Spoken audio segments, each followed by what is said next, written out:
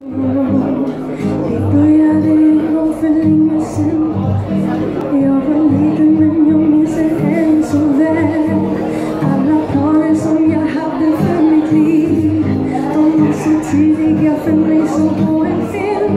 Men du hade rätt, visst det var ju svårt. Fanns ingen tvekan om jag klarade det ändå. Visst är det ändå vad jag ville göra. Ingen kunde lyckas med att förstöra det. Jag har ingen tid att förlora.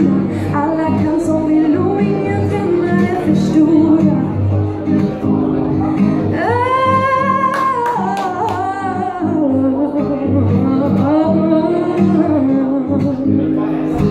Tror att du kommer ihåg man skulle säga vad man ville bli när man var stor.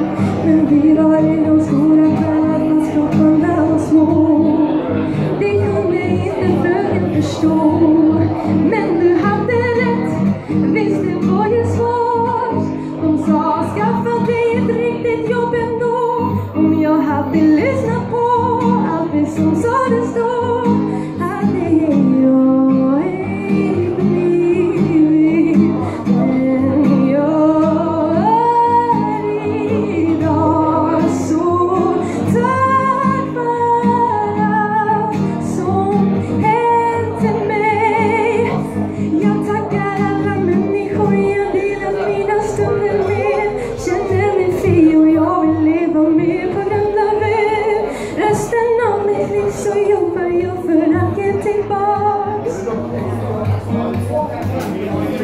Men du hade rätt, visst det var ju svårt. Jag har blivit den jag är på grund av er som såg. Evigt tacksam för mitt stöd och allt som jag behövt. Och varje dag så påminner jag mig själv.